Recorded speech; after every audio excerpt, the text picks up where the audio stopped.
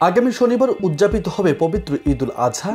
ওই দিন দেশের বেশিরভাগ জায়গায় আবহাওয়া শুষ্ক থাকলেও চট্টগ্রাম, ময়মনসিংহ ও সিলেট বিভাগের কিছু জায়গায় বৃষ্টির সম্ভাবনা রয়েছে।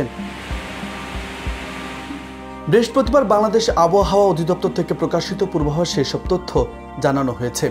এতে আবহাওয়াবিদ ডক্টর মোহাম্মদ ওমর ফারুক জানান, ঈদের দিন সকাল ৯টা থেকে পরবর্তী ২৪ ঘন্টায় চট্টগ্রাম, ময়মনসিংহ ও সিলেট বিভাগের ২ অঞ্চলে অস্থায়ীভাবে দমকা হাওয়া সহ বিদ্যুৎ চমকানো, হালকা থেকে মাঝারি ধরনের বৃষ্টি বা বজ্রসহ বৃষ্টি হতে পারে।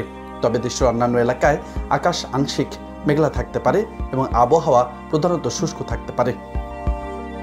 এদিকে ঈদের পরদিন সকাল ৯টা থেকে পরবর্তী ২৪ ঘন্টায় চট্টগ্রাম ও সিলেট বিভাগের ২-১ জায়গায় অস্থায়ীভাবে দমকা, বিদ্যুৎ চমকানো, হালকা থেকে মাঝারি ধরনের বৃষ্টি, বজ্রসহ বৃষ্টি হতে পারে।